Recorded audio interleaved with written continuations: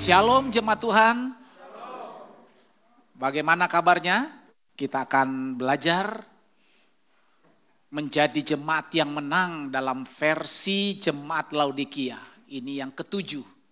Tentunya ini merupakan pengarahan Tuhan yang sangat luar biasa bagi kita Bapak Ibu. Bagaimana kita mau belajar akan jemaat Laodikia ini dan apa yang menjadi nasihat Tuhan dan kenapa Tuhan melakukan itu kepada jemaat ini. Mari kita belajar bersama-sama.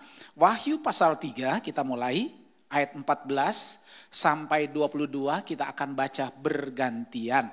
Saya akan baca ayat 14, Bapak Ibu Saudara ayat 15 dan kita akhiri di ayat 22. Firman Tuhan demikian. Dan tuliskanlah kepada malaikat jemaat di Laodikia.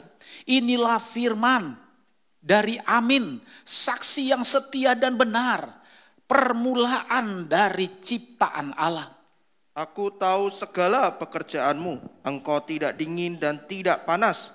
Alangkah baiknya jika engkau dingin atau panas. Jadi karena engkau suam-suam kukuh dan tidak dingin atau panas, aku akan memuntahkan engkau dari mulutku.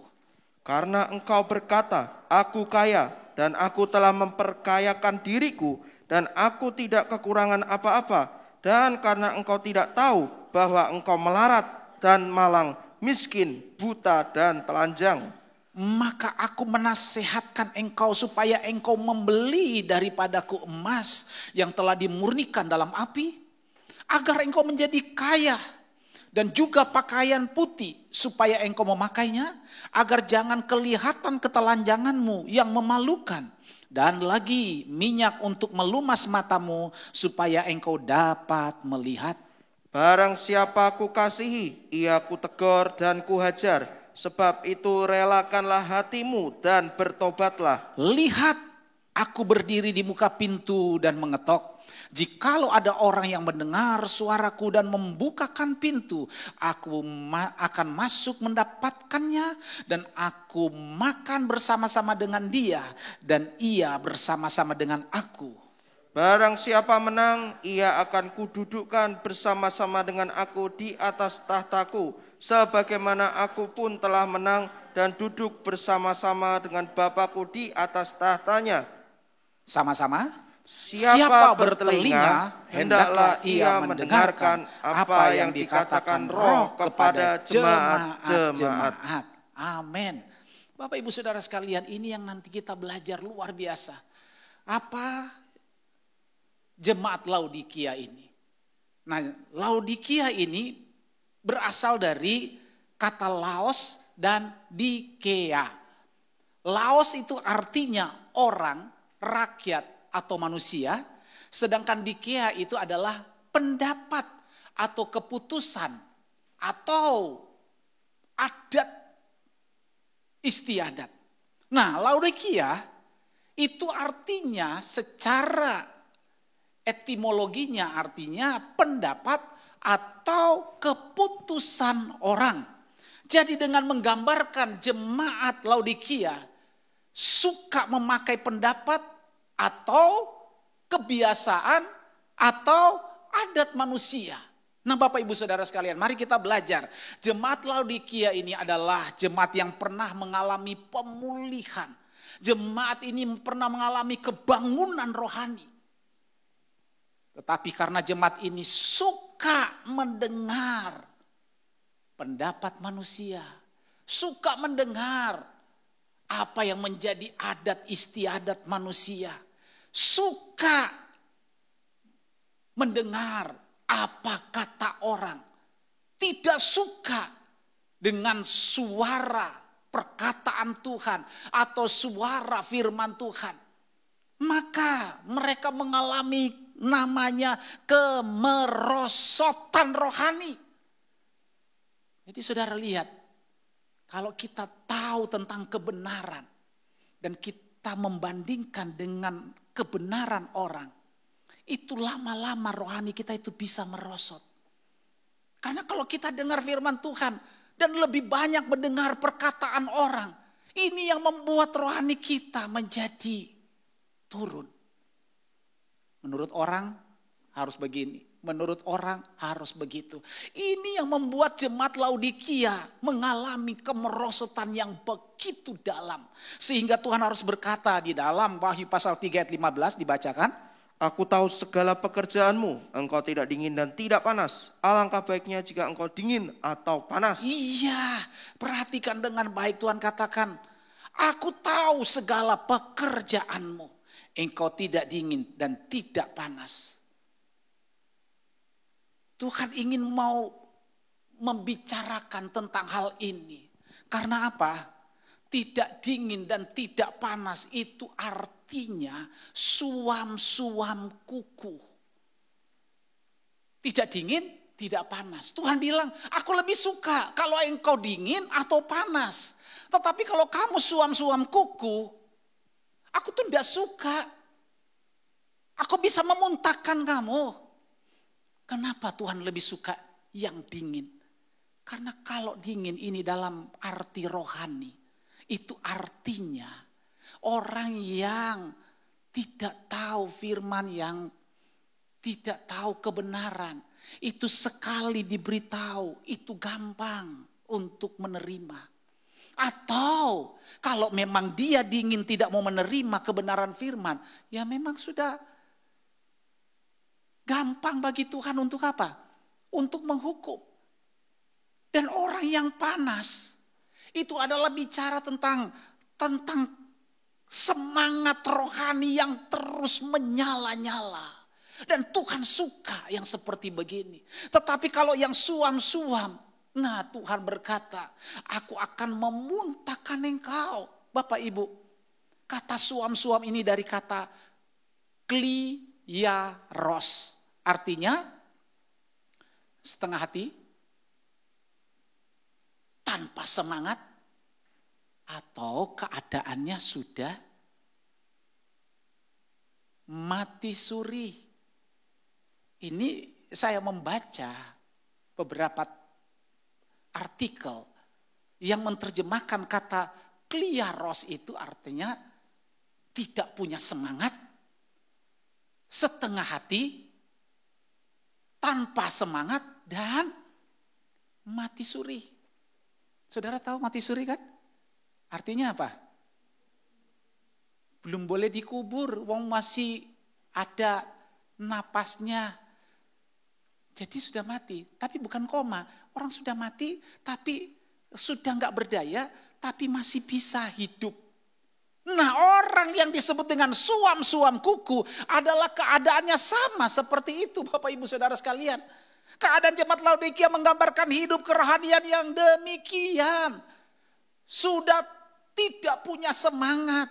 Kalaupun datang ibadah ya sudah karena keadaan. Kalau datang memuji Tuhan ya udah tinggal terserahlah. WL mau bilang apa angkat tangan, Esmelu angkat tangan.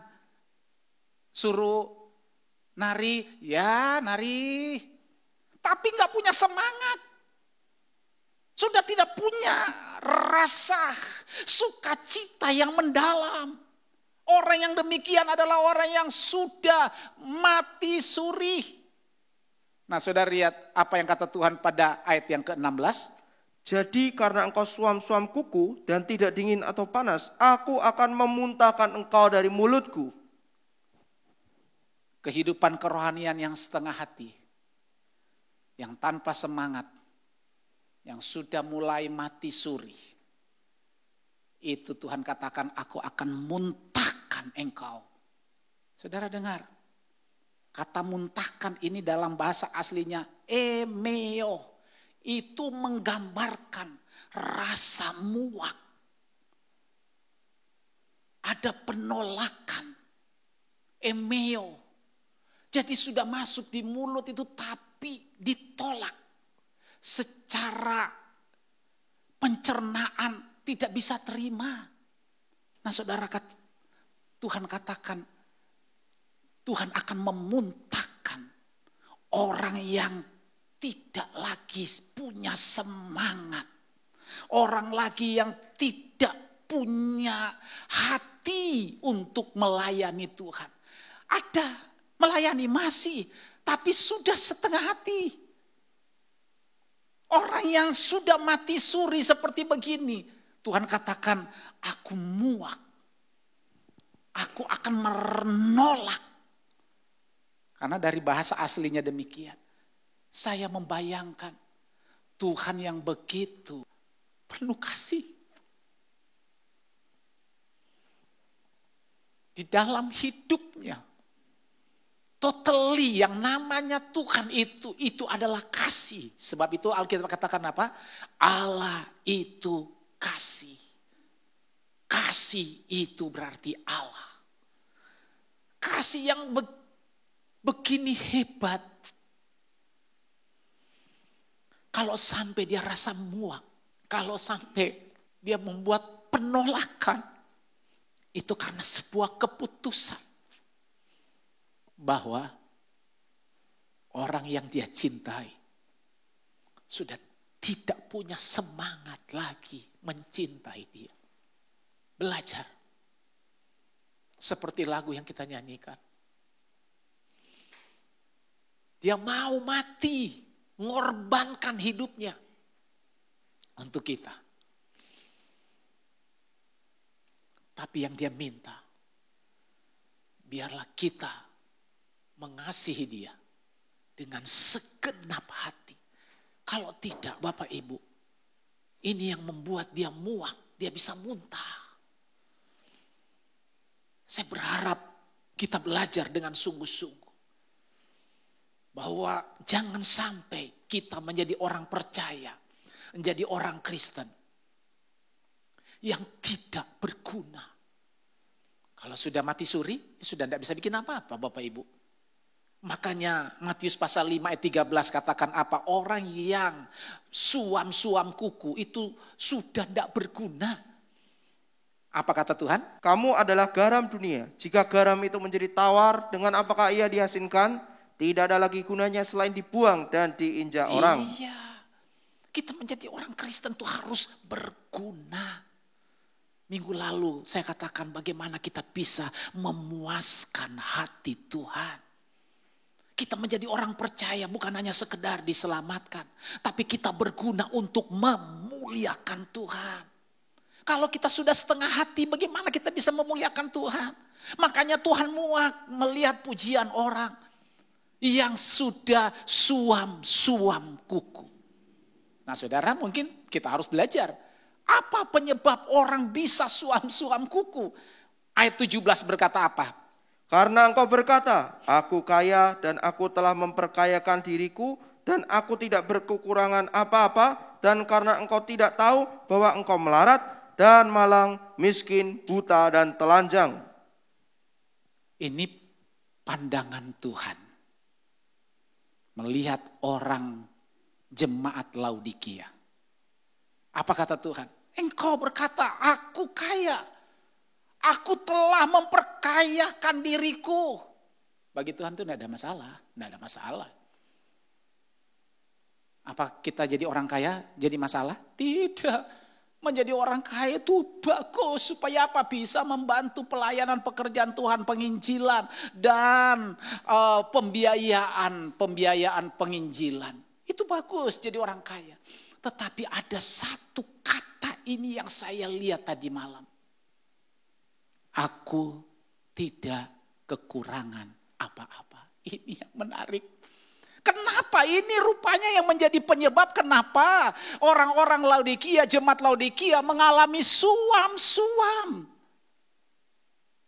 Sehingga Tuhan harus berkata, aku akan memuntahkan engkau. Aku muak melihat kamu.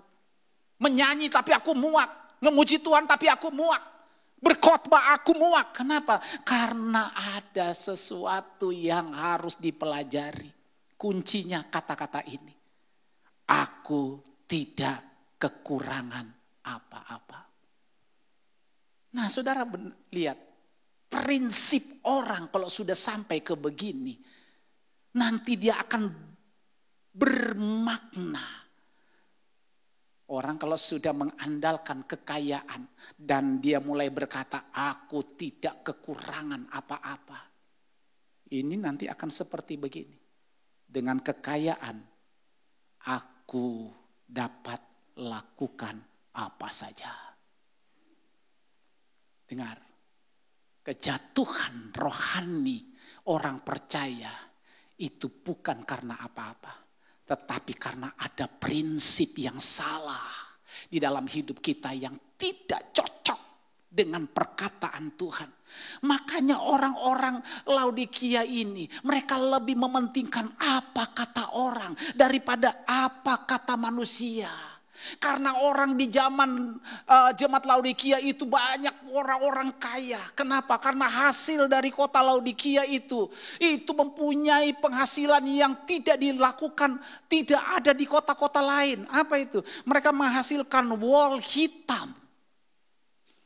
Membuat mereka bisa menjual kemana-mana. Dan mereka kota ini menjadi begitu kaya. Saking kayanya ketika waktu mereka mengalami keruntuhan karena gempa bumi yang dahsyat, seluruh kota-kota yang di sekitar Laodikia habis hancur. Semua minta bantuan kepada pemerintahan kerajaan Romawi, kecuali Laodikia. Kenapa? Karena mereka banyak orang-orang kaya. Orang-orang kaya yang seperti begini, walaupun dia Kristennya bagus, tetapi kalau dia punya prinsip ini, maka inilah tanda saudara sedang mengalami kemerosotan.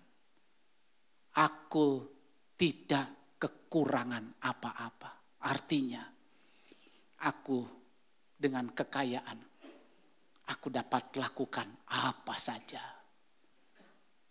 Nyogok orang yang harusnya nggak boleh dilakukan karena ada peraturan, boleh dilakukan. Kenapa?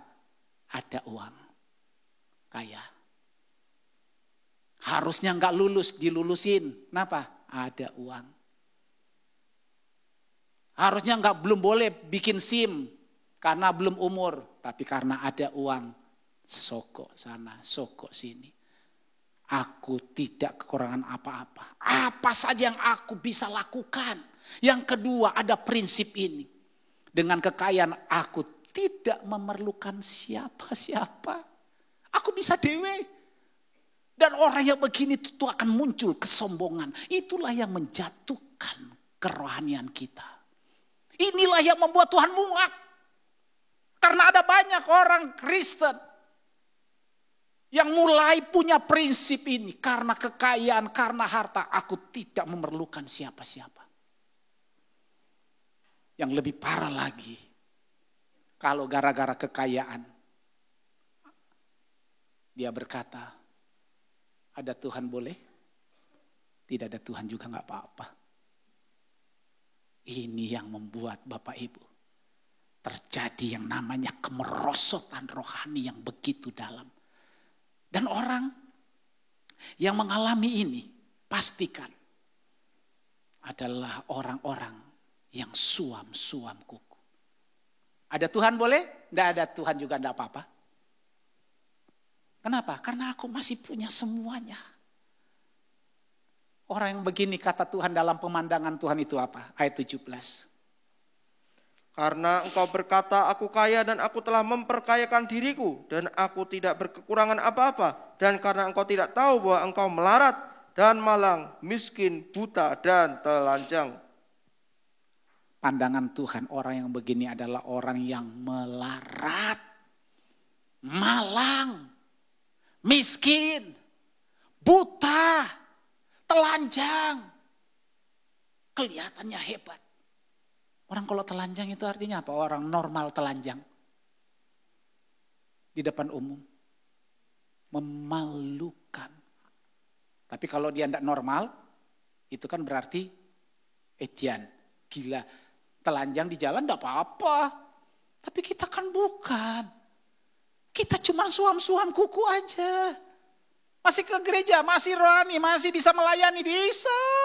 Semua bisa saya lakukan. Tetapi di dalam pemandangan Tuhan kita itu telanjang. Memalukan. Kalau kita melayani seperti itu tuh memalukan. Makanya Tuhan muak. Dan Tuhan berkata engkau itu sebenarnya melarat. Dalam bahasa lain kata melarat itu artinya celaka. engkau itu adalah orang Kristen dalam posisi yang celaka. Panas tidak, dingin tidak. Kata Tuhan lebih baik kalau engkau dingin sekalian. Atau engkau panas sekalian. Tapi kalau engkau suam-suam. Mati suri aku juga gak berdaya. Mau dikubur belum boleh. Tidak dikubur tidak berguna. Makanya seperti garam kalau dia sudah tidak asin, kata Tuhan akan dibuang dan diinjak-injak orang. Bapak ibu saudara sekalian, mari kita harus memperhatikan. Jangan sampai kita di hadapan Tuhan, kita disebut dengan orang Kristen yang celaka. Orang Kristen yang malang. Kenapa kita menjadi orang Kristen yang malang? Karena menurut 1 Korintus 15 ayat 19, orang-orang yang seperti begini nih, yang cari Tuhan itu hanya untuk kepentingan hal-hal yang kekinian. Apa itu yang kekinian? Yang duniawi. Pokoknya saya ikut Tuhan tuh supaya diberkati. Maka Tuhan bilang, malanglah nasibmu. Kalau engkau hanya mencari Tuhan karena untuk hidup sekarang ini. Tapi kita mencari Tuhan karena untuk hidup di dalam kekekalan. Amin. Amin. Nah Bapak Ibu, nasihat Tuhan ini yang saya suka. Ayat yang ke-18. Nasihat, tetapi di dalamnya itu ada anugerah. Maka aku menasihatkan engkau supaya engkau membeli daripadaku emas yang telah dimurnikan dalam api, agar engkau menjadi kaya, dan juga pakaian putih supaya engkau memakainya, agar jangan kelihatan ketelanjanganmu yang memalukan, dan lagi minyak untuk melumas matamu supaya engkau dapat melihat. Jadi masih ada harapan. Kalau engkau mulai terasa mati suri, engkau mulai terasa aku kok melayani Tuhan, sudah tidak punya semangat ya. Aku kok ikut ke ibadah, kok mulai seperti begini ya. Masih ada harapan. Kenapa? Karena yang saya tadi bilang, rupanya kasih Tuhan itu tidak bisa dibatasi dengan apapun. Karena dia tahu orang-orang yang macam demikian harus tetap dirangkul. Caranya, kata Tuhan apa? Supaya engkau membeli. Apa Tuhan pedagang? Apa Tuhan buka toko emas? Tuhan berkata, aku menasehatkan engkau supaya engkau membeli daripadaku. Yang pertama, beli emas. Untuk apa? Supaya engkau benar-benar kaya yang sesungguhnya. Karena Tuhan berkata, belilah daripadaku emas yang dimurnikan dalam api. Artinya memang emas ini sudah benar-benar murni, semurni-murninya. Harus beli. Kata beli di sini itu artinya harus membayar harga. Tuhan tidak butuh uangmu.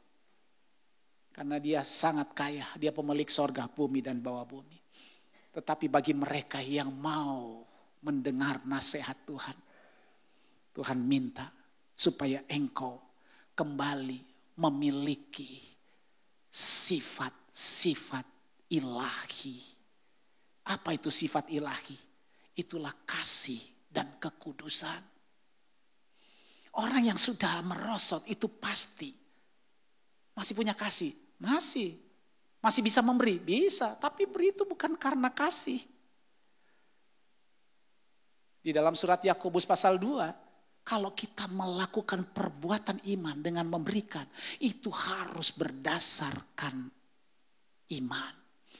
Dan ini urut-urutannya untuk mendapatkan iman sampai pada kasih yang sempurna harus dimulai dengan iman yang sejati.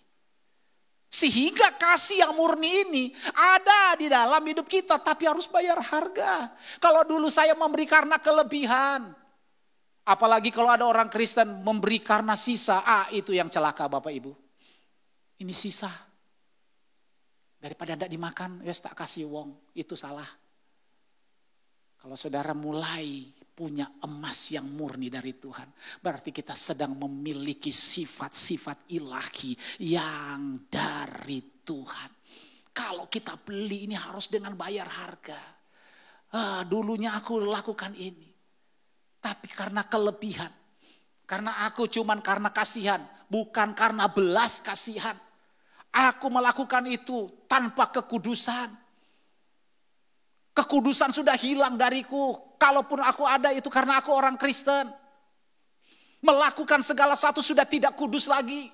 Maka Tuhan minta beli emas yang murni dari Tuhan. Sifat keilahian Tuhan adalah salah satunya adalah kekudusan. Seringkali kita melakukan dengan kekayaan kita. Sudah tidak kudus lagi. Semuanya bisa dibeli. Kenapa? Karena ada orang kaya yang berkata kepada saya begitu, Pak. Susah juga jadi orang kaya. Kenapa? Semua bisa saya beli. Loh, maksudnya? Ya Bapak tahu kan saya ini pria. Semua bisa saya beli. Ya berarti apa? Orang yang membeli sesuatu yang bukan sifat ilahi, itu pasti dosa. Nah kita bisa membeli apa saja, asalkan di dalam kekudusan itu membuat saudara akan dipulihkan oleh Tuhan. Yang kedua, Tuhan bilang apa? Beli padaku pakaian putih. Supaya engkau memakai. Supaya jangan kelihatan ketelanjanganmu. Pakaian itu bicara soal kebenaran. Menjadi orang Kristen yang suam-suam. Kebenaran ini semakin luntur. Benar menurut kamu sudah tidak benar lagi menurut kami. Kenapa? Terlalu banyak mendengar apa kata orang. Tidak lagi mendengar apa kata Tuhan. Jadi orang Kristen yang mempunyai pengalaman kebenaran sejati adalah orang Kristen yang punya kerohanian yang mantap. Tetapi ketika kebenaran ini mulai disimpangkan, maka saudara dengar baik, itu tanda Anda adalah orang-orang yang mulai mati suri. Kebenaran itu di dalam Roma 13:14 itu adalah bicara tentang Kristus. Maka dikatakan tetapi kenakanlah Tuhan Yesus Kristus sebagai perlengkapan senjata terang. Jadi kalau kita pakai kebenaran, kita berarti menjadi orang-orang terang.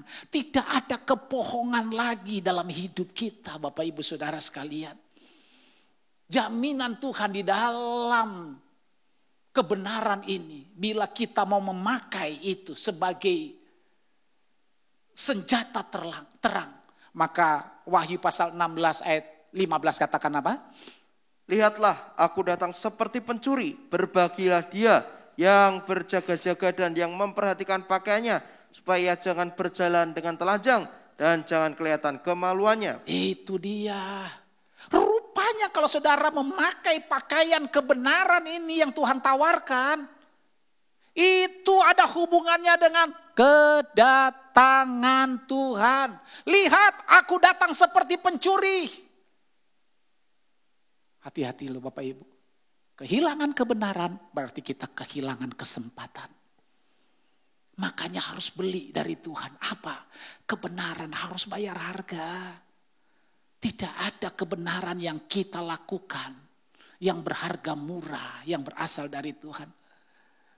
Jangan mengandalkan kekayaan kita. Jangan mengandalkan apa kata orang, tapi mengandalkan apa kata Tuhan. Karena engkau yang mengandalkan kata Tuhan, itu berarti engkau sedang memakai pakaian kebenaran. Itu disamakan dengan orang berjaga-jaga. Itu disamakan dengan engkau orang-orang berbahagia. Why? Karena Tuhan hanya datang untuk mendapatkan orang-orang ketika dia berjaga-jaga. Dan ketika pakaian kebenarannya masih melekat. di dalam hidupnya. Yang ketiga, minyak. Tuhan berkata, belilah padaku minyak untuk melumas matamu supaya engkau dapat melihat. Minyak ini bicara tentang Roh Kudus. Saudara lihat Kisah Rasul pasal 7 ayat 55. Tetapi Stefanus yang penuh dengan Roh Kudus menatap ke langit, lalu melihat kemuliaan Allah dan Yesus berdiri di sebelah kanan Allah. Kenapa minyak ini harus beli? Sebagai pelumas mata. Laodikia, mereka punya universitas kedokteran terbaik waktu itu di negara mereka. Dan mereka menemukan pelumas mata yang diproduksi untuk negara-negara lain. Tuhan ambil contoh itu. Kalau matamu tidak dilumas, buram, kabur. Makanya kita tidak bisa lihat kebenaran. Yang dipentingkan Tuhan di sini adalah supaya kalau mata kita dilumas oleh Roh Kudus, engkau kaya ataupun tidak, engkau masih terus bisa melihat kemuliaan Tuhan. Seperti Stefanus, di dalam keadaan menderita, dia waktu melihat Tuhan berdiri di sebelah kanan Allah Bapa, itu bukan waktu saat dia dalam keadaan senang. Waktu dia lagi makan soto, dia lagi makan bakso, waktu dia lagi jalan-jalan, waktu dia lagi happy-happy. Tapi dia lagi dalam keadaan menderita, tunggu mau mati. Kenapa?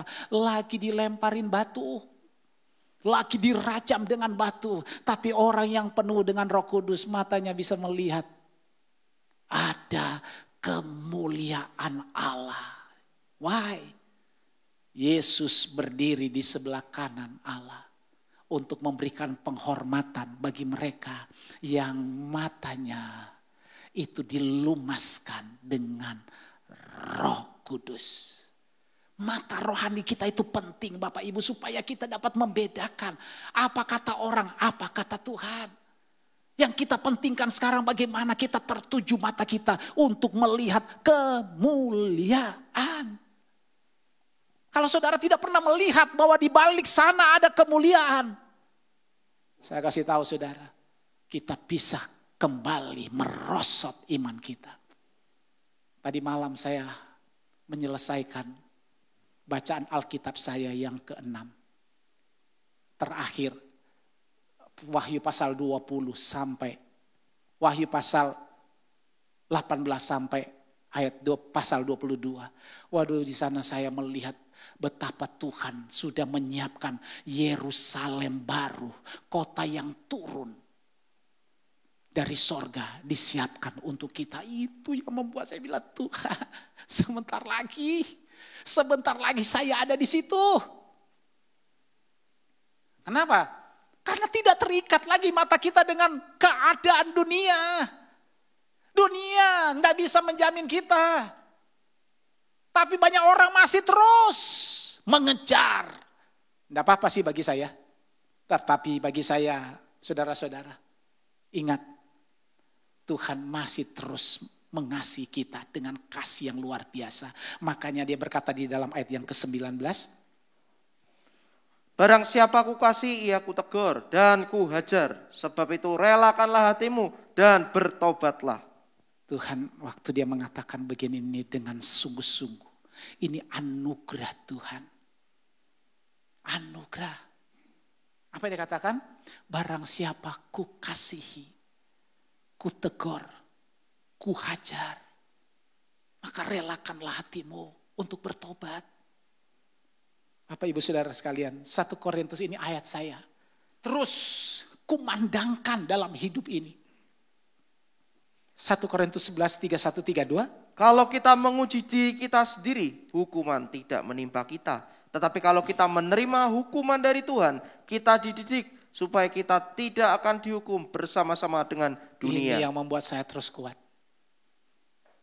Apapun yang terjadi dalam hidupku, aku bilang, Tuhan, karena engkau mengasihi aku, engkau pasti akan menghajar. Karena engkau mengasihi aku, engkau akan mendidik. Why? Kenapa Tuhan harus mendidik? Saya mengalami beberapa penderitaan yang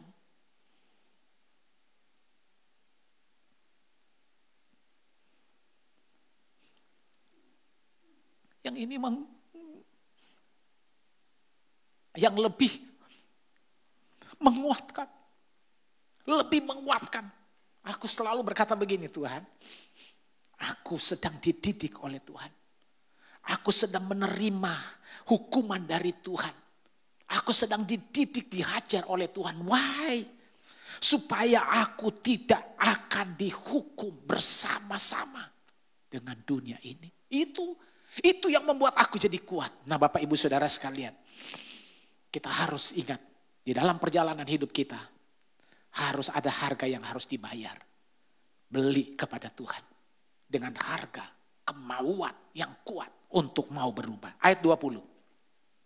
Ayat 20, lihat aku berdiri di muka pintu dan mengetok. Jikalau ada orang yang mendengarkan suaraku dan membukakan pintu, aku akan masuk mendapatkannya dan aku makan bersama-sama dengan dia dan ia bersama-sama dengan aku. Ini anugerah yang ketiga yang saya baca. Yang pertama, Tuhan menasihatkan untuk kita membeli supaya kita berubah. Bangkit kembali rohani kita. Yang kedua, anugerah Tuhan, aku mengasihi, aku tegur dan kuhajar. Anugerah ketiga, Tuhan berada di depan pintu setiap orang yang mengalami kerohanian yang merosot. Setiap mereka yang merasa, Tuhan, aku sedang mengalami tidak semangat lagi melayani Tuhan. Aku sedang mengalami mati suri dalam kerohanian. Tuhan berkata, lihat, aku berdiri di muka pintu dan mengetok. Jika ada orang, one man, satu, bukan semua, satu aja. Jika ada orang mendengar suaraku dan membukakan pintu. Cuman dengar suara Tuhan itu cuman lewat ketokan loh. Setiap hari Tuhan ada di depan. Nah, saya kasih tahu saudara, kenapa kita tidak bisa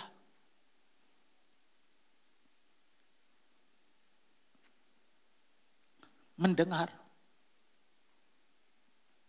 ketokan Tuhan ini. Karena engkau terlalu sibuk dengan telinga untuk mendengar apa kata orang.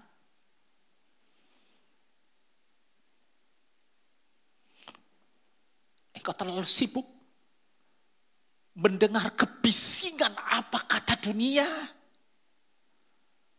Harus inilah, harus itulah, harus jaga ini, harus begitu. Sehingga engkau tidak bisa mendengar suara lembut kata Tuhan. Tuhan bilang, kalau engkau bisa mendengar suaraku dan buka pintu hatimu, tawaran Tuhan, aku akan masuk mendapatkanmu dan aku akan makan bersama-sama dengan kamu. Dan kamu bersama-sama dengan. Ini sebuah penghormatan. Orang yang jatuh rohaninya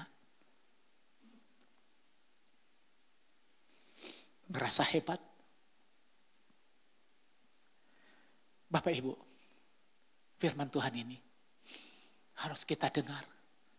Karena kalau kita tidak memiliki kemenangan yang seperti ini, maka sia-sialah pelayanan kita. Jaminan Tuhan bagi mereka yang menang. Ayat 21. Barang siapa menang, ia akan kududukkan bersama-sama dengan aku di atas tahtaku. Sebagaimana aku pun telah menang dan duduk bersama-sama dengan Bapakku di atas tahtanya. Ini sebuah penawaran yang sangat-sangat luar biasa. Hanya bagi mereka yang menang. Tuhan tawarkan ini. Karena aku, kata Tuhan, sudah menang. Menang dari apa? Menang dari segala keberadaan tawaran dunia ini. Menang dari apa kata iblis? Menang dari apa kata dunia? Apa kata orang? Dia menang karena dia mendengar perkataan Bapa, bertahan. Karena salib itu adalah kemuliaan. Dan engkau kalau menang, aku akan dudukkan aku di takhtaku. Dan Tuhan tawarkan kepada setiap kita yang menang dari persoalan-persoalan hidup yang membuat kemerosotan rohani kita. Maka Tuhan berkata, sebagaimana aku pun menang, aku akan memberikan kepada mereka yang menang untuk duduk bersama-sama dengan aku di atas takhta di mana Bapa berikan. Saudara-saudara, ini bukan sebuah penghormatan lagi. Tetapi ini sebuah pengakuan Tuhan yang luar biasa. Karena memang orang yang sudah suam-suam untuk bangkit itu sulit. Kalau jatuh lebih gampang. Tetapi kalau untuk bangkit, tapi Tuhan sudah kasih jalan keluar kepada kita. Beli emas daripadanya. Beli pakaian putih daripadanya. Beli minyak pelumas, yaitu Roh Kudus darinya. Sudah pasti saudara akan terjamin untuk bisa melakukan hal yang demikian. Amin. Tuhan memberkati.